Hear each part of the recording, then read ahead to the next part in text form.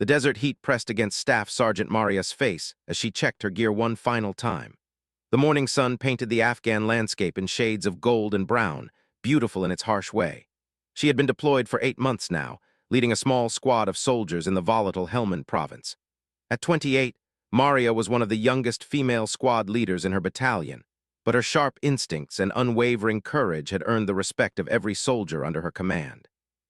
Commander Lieutenant Colonel James Mitchell stood beside the convoy vehicles, studying the mission briefings with intense concentration. He was a seasoned officer with 15 years of experience, but this particular operation had him on edge.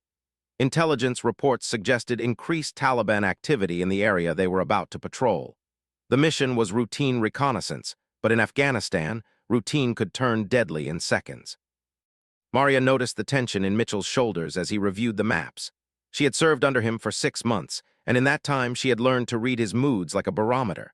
When his jaw tightened like that, when his fingers drummed against his thigh, it meant trouble was brewing. She trusted his instincts completely. Mitchell had pulled their unit out of 3 potential ambushes in the past month alone, relying on nothing more than a gut feeling that something wasn't right. The convoy consisted of 4 armored vehicles carrying 24 soldiers total. Maria's squad occupied the second vehicle, positioned strategically to provide support to the lead vehicle where Mitchell rode. Private First Class Danny, barely 19 and on his first deployment, sat across from her in the cramped interior. His hands shook slightly as he cleaned his weapon for the 3rd time that morning. Maria placed a steady hand on his shoulder. "You've cleaned that rifle so much it's probably cleaner than hospital equipment," she said with a gentle smile. "Trust your training, trust your team, we've got your back." The young soldier nodded, his breathing slowing down. Maria had a gift for calming nerves while maintaining the sharp edge necessary for survival. It was one of the many qualities that made her such an effective leader. Her own weapon, an M4 carbine, hung across her chest, cleaned and ready. She had fired it in combat 7 times during her deployment, each shot precise and necessary. The convoy rolled out at 800 hours, following a predetermined route through a valley that intelligence deemed relatively secure. The landscape outside the small windows showed scattered villages, terraced fields, and the occasional shepherd with his flock. Children sometimes waved at the passing vehicles, their faces curious rather than hostile. These were the moments that reminded the soldiers why they were there, trying to bring stability to a region that had known conflict for decades. Radio chatter was minimal as they moved through the first checkpoint. Standard protocol called for brief, coded communications to avoid giving away their position to anyone monitoring the frequencies. Maria listened to the steady rhythm of the engine, the subtle vibrations of the armored vehicle, and the controlled breathing of her squad members. After months in country, she had learned to distinguish between the sounds of normal operations and the subtle changes that could signal danger. Specialist Sarah, the squad's medic, sat next to Maria checking her medical kit. Was a quiet professional who had saved 3 lives during a roadside bomb attack 2 weeks earlier. Her calm competence under pressure had made her invaluable to the squad. She caught Maria's eye and nodded, a silent communication that everything was ready on her end. The radio crackled with Mitchell's voice from the lead vehicle. "All units, we're approaching checkpoint 2. Maintain standard formation and keep eyes open. Intelligence reports are showing increased chatter in this area." Maria keyed her radio. "Second vehicle copies, squad is ready." What none of them could see from their enclosed vehicles was the careful observation taking place from the above. 3 men with binoculars had been tracking their movement for the past 20 minutes, relaying position updates through a network of spotters positioned along the valley floor. The ambush had been planned for days, waiting for exactly this type of convoy to enter their killing zone. The attack would come at a bend in the road where the valley narrowed, forcing the vehicles into a predictable path with limited maneuverability. It was a textbook ambush location that had been used successfully 3 times in the past month against other coalition forces. The attackers knew the terrain intimately, had rehearsed their positions, and possessed weapons capable of penetrating the armored vehicles under the right conditions. As the convoy approached the danger zone, Maria felt that familiar tightening in her stomach that always preceded action. She couldn't see the threat yet, couldn't identify what was wrong, but 28 years of life and 8 months of combat had honed her survival instincts to a razor's edge. Something was about to happen. The first rocket-propelled grenade screamed through the morning air like a banshee's wail. It struck the lead vehicle's rear armor with a thunderous crash, sending a shower of sparks and metal fragments across the road. The explosion shattered the peaceful morning, transforming the quiet valley into a war zone in the space of a heartbeat. Maria's training kicked in before her conscious mind had fully processed what was happening. "Contact front! RPG attack!" Mitchell's voice crackled through the radio, strained but controlled even as his vehicle shuddered from the impact. The convoy came to an immediate halt as drivers followed emergency protocols. Maria's vehicle was positioned perfectly to see the damage to the lead vehicle, and her heart sank as she watched smoke pouring from the engine compartment. The armor had held, but the vehicle was disabled. Worse, they were sitting in the middle of the kill zone with nowhere to go. Automatic weapons fire erupted from 3 different positions along the distinctive crack of AK-47s mixed with the heavier thumping of machine gun fire. Bullets sparked off the armored hulls of the vehicles, creating a deadly symphony that every soldier recognized. The ambush was well coordinated, with overlapping fields of fire that covered every possible escape route. "All vehicles, dismount and take defensive positions." Mitchell's command came through clearly despite the chaos outside. Maria was already moving, her muscle memory taking over as she prepared her squad for combat. "Everybody out. Establish a perimeter around the lead vehicle. You're with me. Set up an aid station behind Vehicle 2 and be ready for casualties." The rear door of their vehicle swung open, and Maria was the first one out, her M4 already in firing position. The volume of incoming fire was intense, forcing her to duck low as she moved toward Mitchell's disabled vehicle. She could see muzzle flashes from at least 6 different positions on indicating a much larger force than their intelligence had suggested. Mitchell was climbing out of his vehicle, blood streaming from a cut on his forehead where shrapnel had found a gap in his helmet. He was disoriented but moving, which was a good sign. His driver, Sergeant First Class Williams, was slumped unconscious over the steering wheel. The vehicle's gunner was returning fire with the mounted machine gun, but his position was badly exposed. "Sir, we need to get you to cover," Maria shouted over the noise of battle as she reached Mitchell's position. She grabbed his arm and began pulling him toward the relative safety of the second vehicle. The commander was heavier than she expected, as his legs struggled to keep up with his mind's commands. A second RPG streaked past their position, missing by mere feet and exploding against the rocky ground behind them. The blast threw both Maria and Mitchell to the ground, dirt and stones raining down on their helmets. Maria's ears rang from the concussion, but she forced herself to keep moving. Getting Mitchell to safety was her immediate priority.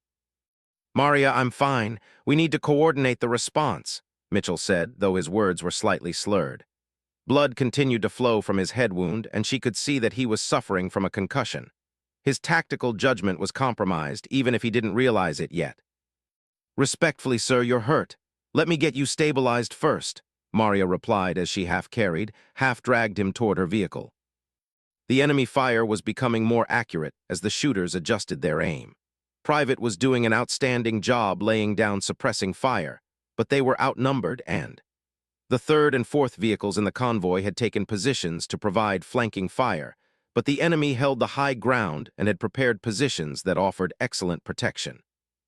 As they reached the relative safety behind the second vehicle, Maria could see the full scope of their tactical situation. They were pinned down in the valley floor with limited cover, facing an enemy force that had every advantage.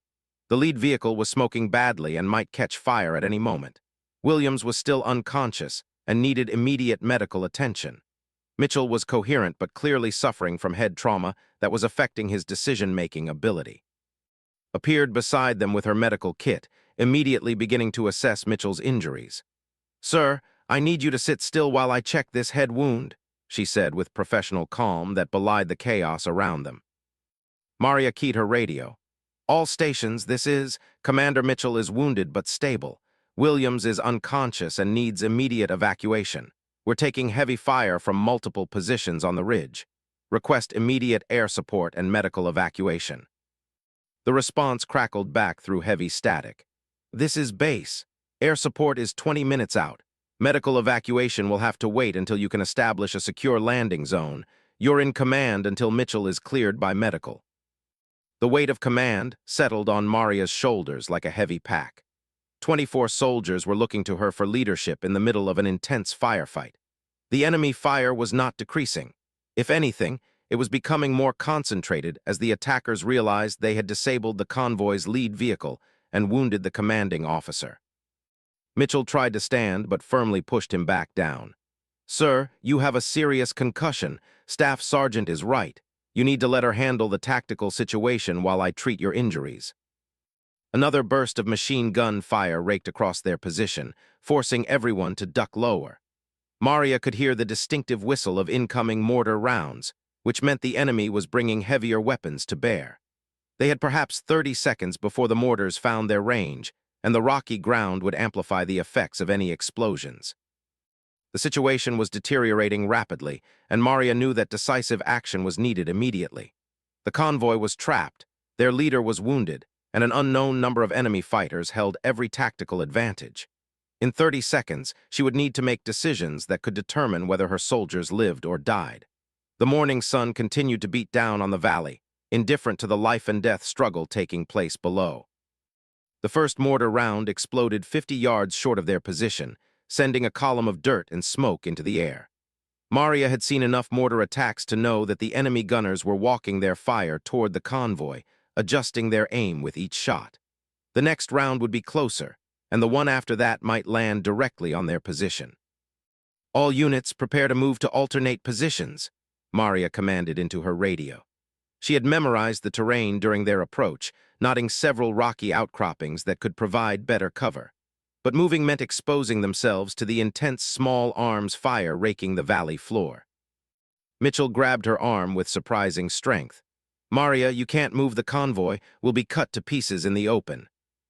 She looked into his eyes and saw the experienced officer fighting through the fog of his concussion. Even wounded, his tactical instincts were sound. But staying put meant certain death when the mortars found their range.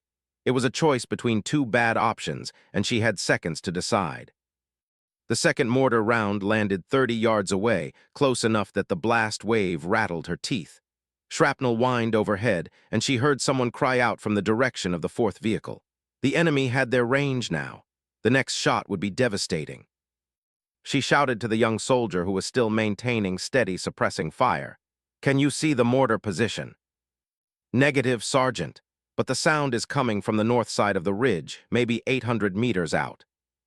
800 meters was well within range of their weapons, but they couldn't see the target through the enemy's concealed positions. Maria made a split-second decision that went against every conventional tactical doctrine she had ever learned. Instead of trying to move the entire convoy, she would move herself. "Keep the commander down and treat Williams. You're in charge of the squad. Maintain suppressing fire, but do not advance." Before anyone could protest, Maria was moving. She sprinted toward the lead vehicle, keeping low as bullets snapped through the air around her. The vehicle's gunner, Corporal Jackson, was still manning the machine gun despite being badly exposed. Blood streamed down his left arm from a shrapnel wound. "Jackson, I need your weapon," she shouted over the noise of battle. "Sergeant, I can still fight." "That's an order. Get to the aid station." Jackson reluctantly abandoned his position, and Maria took over the mounted M240 machine gun. From this elevated position, she had a much better view of the enemy positions on the. She could see muzzle flashes from at least 8 different locations, but more importantly, she could see the terrain features that would allow flanking movement. The third mortar round exploded exactly where their convoy had been positioned moments earlier. If they had stayed in place, several soldiers would have been killed or wounded. But Maria's new position was even more exposed, drawing concentrated fire from multiple enemy positions. Bullets sparked off the armored vehicle around her, and she knew she had perhaps 30 seconds before the enemy adjusted their fire to target her specifically. She keyed her radio while laying down suppressing fire with the machine gun. "Air support, this is. I need immediate strike on grid coordinates 41 SQB, 45,372, 68,945. Multiple enemy positions on, danger close to friendly forces. Air support is still 15 minutes out. Can you maintain position?" 15 minutes might as well have been 15 hours. The enemy fire was intensifying, and she could hear the distinctive sound of another RPG being prepared for launch. Her position on the disabled vehicle made her an obvious target, but it also gave her the best field of fire to protect her soldiers. Mitchell's voice came through her radio, clearer now as treatment began taking effect.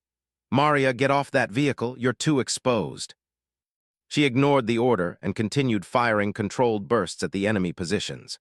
Her training had taught her to fire in 3 to 5 round bursts to maintain accuracy while conserving ammunition. Each burst was aimed at specific muzzle flashes, forcing the enemy shooters to take cover and disrupting their coordinated fire. Private appeared beside the vehicle, having abandoned his covered position against orders. "Sergeant, I'm not leaving you up there alone." "Get back to cover, that's a direct order." "With respect, Sergeant, you didn't follow orders either." Despite the deadly situation, Maria almost smiled, was learning to think like a soldier rather than just following commands blindly. His initiative might save both their lives. The fourth mortar round landed close enough to shower them both with debris. Maria's helmet rang like a bell from a piece of shrapnel, but she maintained her grip on the machine gun. She could see enemy fighters beginning to move down the slope, attempting to get closer for a final assault on the convoy. "All units, enemy infantry moving down the slope. Prepare for close quarters combat." Her ammunition was running low, and the barrel of the machine gun was beginning to overheat from sustained firing. Was doing his best to provide supporting fire with his M4, but they were still badly outnumbered. The enemy fighters were using cover and concealment expertly, moving in short rushes that made them difficult targets. Maria's radio crackled with an unexpected transmission. "This is Apache 27. We're 3 minutes out from your position. Can you mark enemy targets with smoke?" 3 minutes? She looked at her remaining ammunition and calculated rates of fire in her head. With careful shooting and a little luck, she could hold position for 3 minutes. But first, she needed smoke grenades to mark targets for the incoming air support. "I need you to get smoke grenades from the other vehicles. We need to mark those positions for the helicopters." "On it, Sergeant."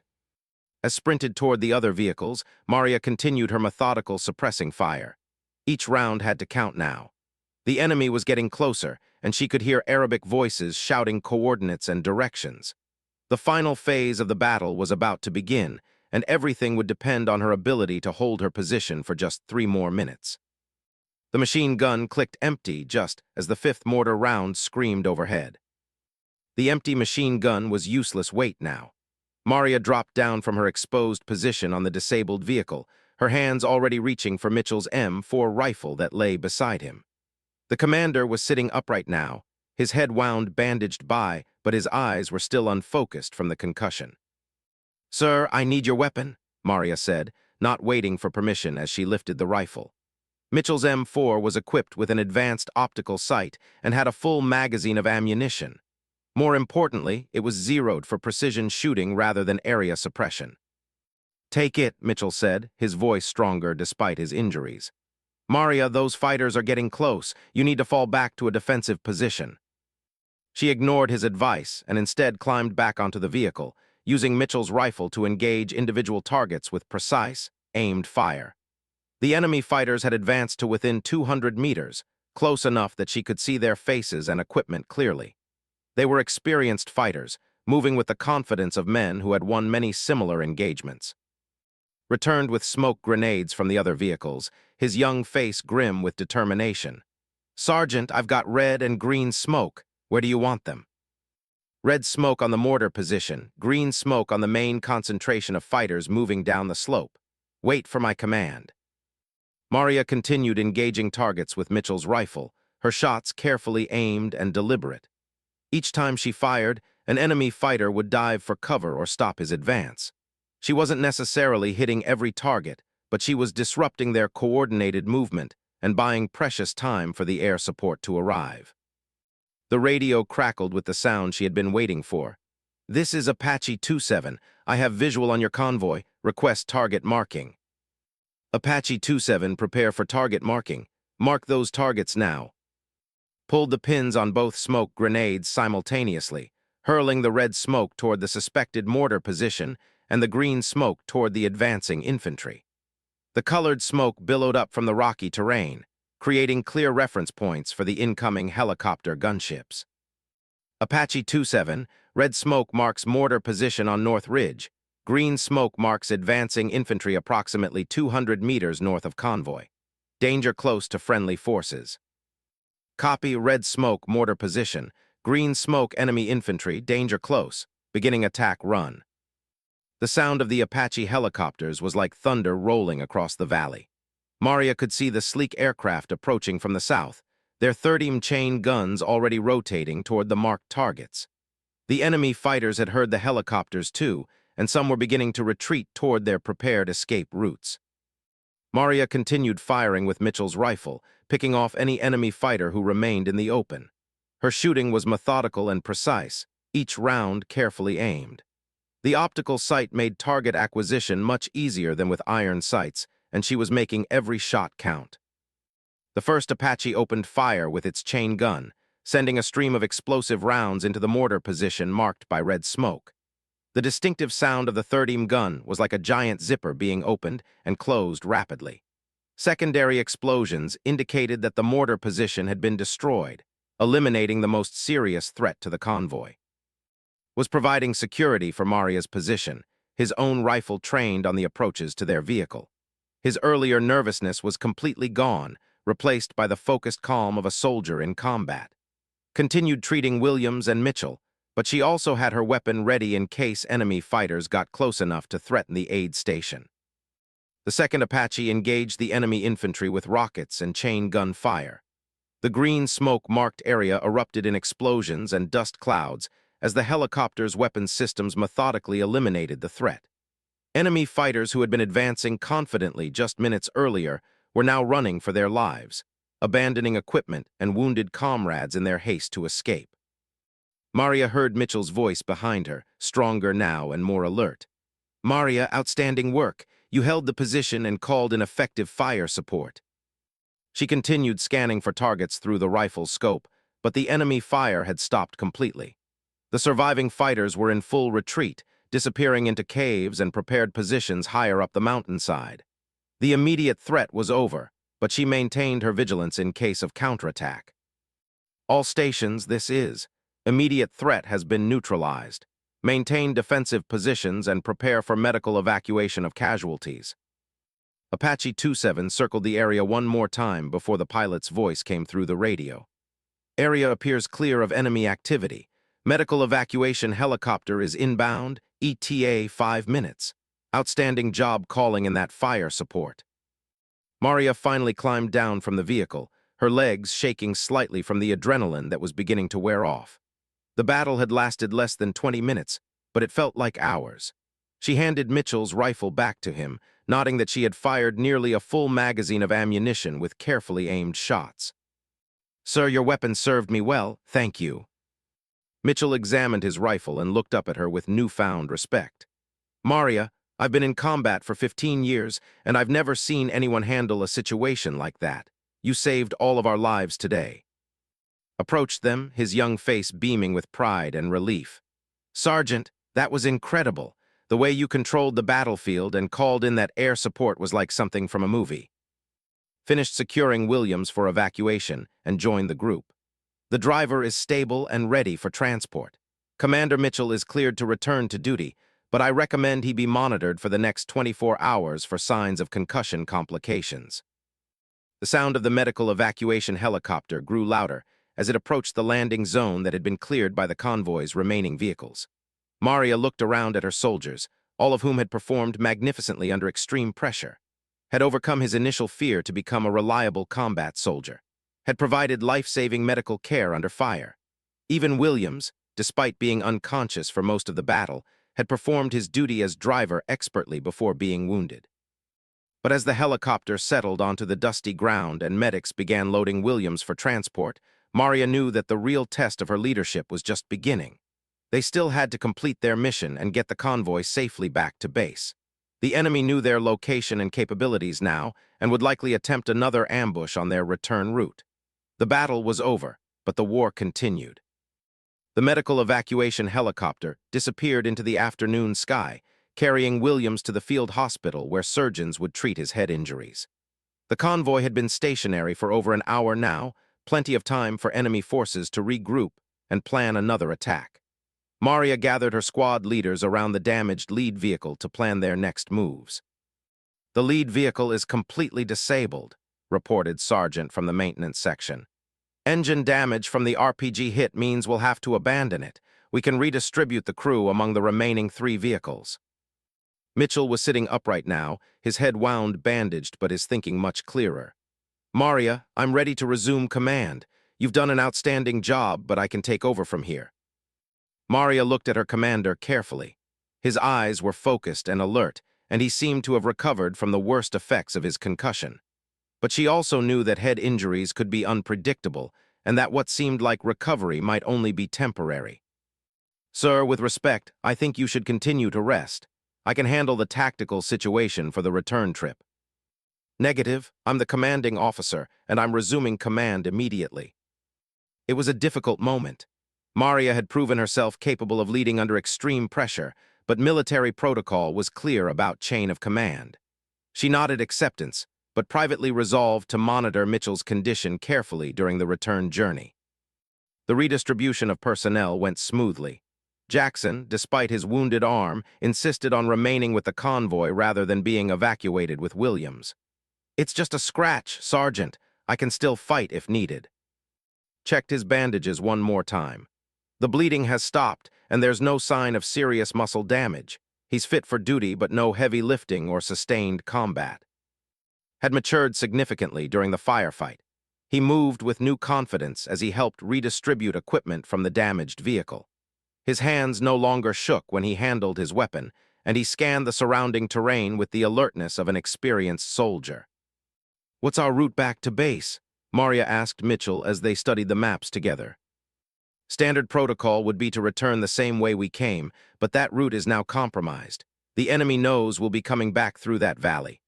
Mitchell's tactical thinking seemed completely clear now. "I recommend we take the longer route through the northern pass. It adds 30 minutes to our travel time, but it's much more secure." Maria agreed with his assessment.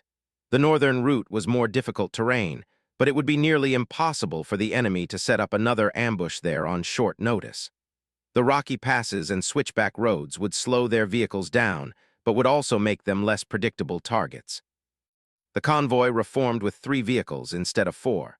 Maria's squad was distributed between the new lead vehicle and the middle vehicle, with Mitchell riding in the middle position where he could maintain command and control. The rear vehicle carried additional security personnel and served as the primary communications link with base. As they pulled away from the ambush site, Maria took one last look at the disabled vehicle they were leaving behind. It would be recovered later by specialized teams, but for now it stood as a monument to the morning's battle. Burn marks and bullet holes told the story of the fierce firefight that had taken place. The northern route took them through terrain that was both beautiful and forbidding. Towering peaks surrounded narrow valleys, and the road wound through rocky defiles that could hide 1,000 dangers. But the very difficulty of the terrain worked in their favor, making it nearly impossible for large groups of enemy fighters to move quickly enough to set up effective ambushes. Was riding in Maria's vehicle now, and she used the travel time to debrief him on his performance during the battle. "You did well today. You overcame your fear and fought like a seasoned veteran." "I was terrified, Sergeant, but watching you up on that vehicle, fighting back against impossible odds, it gave me courage I didn't know I had." "That's what courage is," Maria explained. "It's not the absence of fear, it's doing what needs to be done despite being afraid. You passed that test today." The radio crackled with a transmission from base. "Convoy Alpha, this is base operations. We have received reports of your engagement. Please provide casualty and status report." Mitchell responded immediately. "Base operations, this is Convoy Alpha. 1 serious casualty evacuated by medical helicopter. 1 walking wounded remaining with convoy. All other personnel combat effective. Mission continuing as planned." "Copy, Convoy Alpha. Be advised that drone surveillance shows enemy movement in your original return route. Recommend you continue on alternate route." The confirmation that they had made the right decision about their return route validated both Mitchell's recovered tactical judgment and Maria's growing confidence in her own leadership abilities. They were thinking like a team now, combining their different strengths to overcome the challenges they faced. As the convoy wound through the mountain passes, Maria reflected on the events of the day. She had gone from being a squad leader following orders to being the person responsible for the lives of 24 soldiers. The transition had happened in seconds, but the weight of command would stay with her for the rest of her career. Monitoring both Mitchell and Jackson for signs of complications from their injuries reported that both men were stable and improving. Commander Mitchell shows no signs of delayed concussion symptoms. Jackson's wound is clean and healing normally. The sun was beginning to set as they approached the final checkpoint before their base. The familiar sight of concrete barriers and guard towers had never looked so welcoming. Maria felt the tension in her shoulders beginning to ease as they passed through the security perimeter and into the relative safety of the forward operating base. As the convoy came to a final stop in the motor pool, Mitchell turned to Maria with genuine admiration in his eyes. "Staff Sergeant, your actions today went far beyond the call of duty. You saved my life, protected your soldiers, and completed the mission under impossible circumstances. I'll be recommending you for the Bronze Star with V device for valor." Overheard the conversation and grinned widely. "Sergeant, you deserve every medal they can give you. What you did today was heroic." Maria looked around at her soldiers, all of whom had made it home safely despite facing overwhelming odds, had found his courage, had performed life-saving medical care under fire. Jackson had fought through his wounds. Even Williams, unconscious for most of the battle, had done his duty faithfully. "We all did our duty today," she said simply. "We took care of each other and we all came home. That's what matters most." The war in Afghanistan would continue for several more years. But for Maria and her soldiers, this day would always be remembered as the moment when T. Hay discovered what they were truly capable of when everything was on the line. The morning had started as a routine patrol, but it had ended with the forging of bonds that would last. The desert heat pressed against Staff Sergeant Maria's face as she checked her gear one final time. The morning sun painted the Afghan landscape in shades of gold and brown, beautiful in its harsh way. She had been deployed for 8 months now, leading a small squad of soldiers in the volatile Helmand province.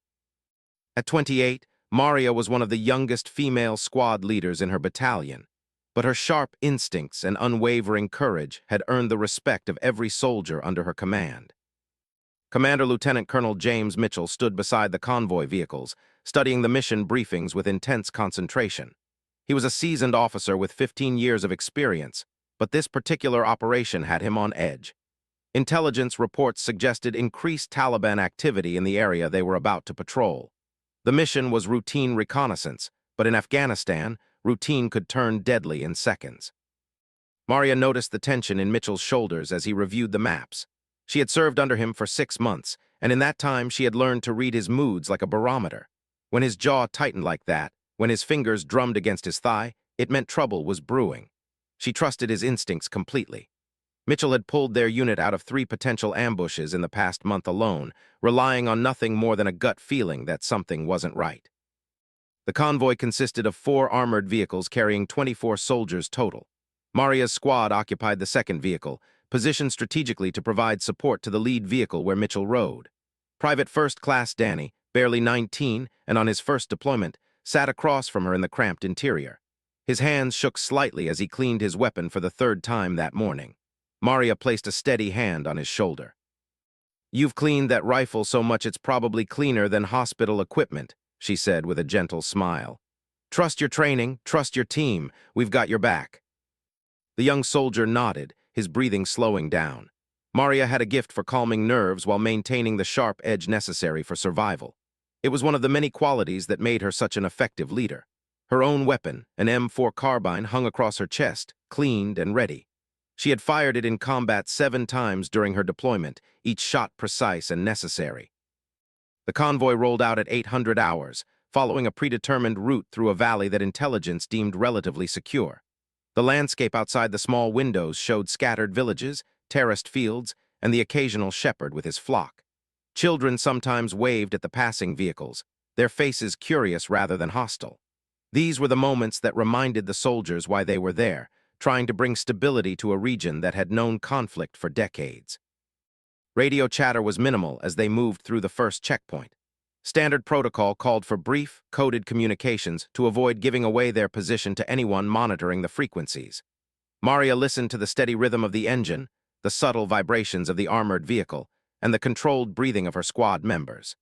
After months in country, She had learned to distinguish between the sounds of normal operations and the subtle changes that could signal danger. Specialist Sarah, the squad's medic, sat next to Maria checking her medical kit. Was a quiet professional who had saved 3 lives during a roadside bomb attack 2 weeks earlier. Her calm competence under pressure had made her invaluable to the squad. She caught Maria's eye and nodded, a silent communication that everything was ready on her end. The radio crackled with Mitchell's voice from the lead vehicle. All units, we're approaching checkpoint 2. Maintain standard formation and keep eyes open. Intelligence reports are showing increased chatter in this area. Maria keyed her radio. Second vehicle copies, squad is ready. What none of them could see from their enclosed vehicles was the careful observation taking place from the above. 3 men with binoculars had been tracking their movement for the past 20 minutes, relaying position updates through a network of spotters positioned along the valley floor. The ambush had been planned for days, waiting for exactly this type of convoy to enter their killing zone. The attack would come at a bend in the road where the valley narrowed, forcing the vehicles into a predictable path with limited maneuverability. It was a textbook ambush location that had been used successfully 3 times in the past month against other coalition forces. The attackers knew the terrain intimately, had rehearsed their positions, and possessed weapons capable of penetrating the armored vehicles under the right conditions. As the convoy approached the danger zone, Maria felt that familiar tightening in her stomach that always preceded action. She couldn't see the threat yet, couldn't identify what was wrong, but 28 years of life and 8 months of combat had honed her survival instincts to a razor's edge. Something was about to happen, and the proven knowledge that ordinary soldiers could accomplish extraordinary things when they refused to give up on each other.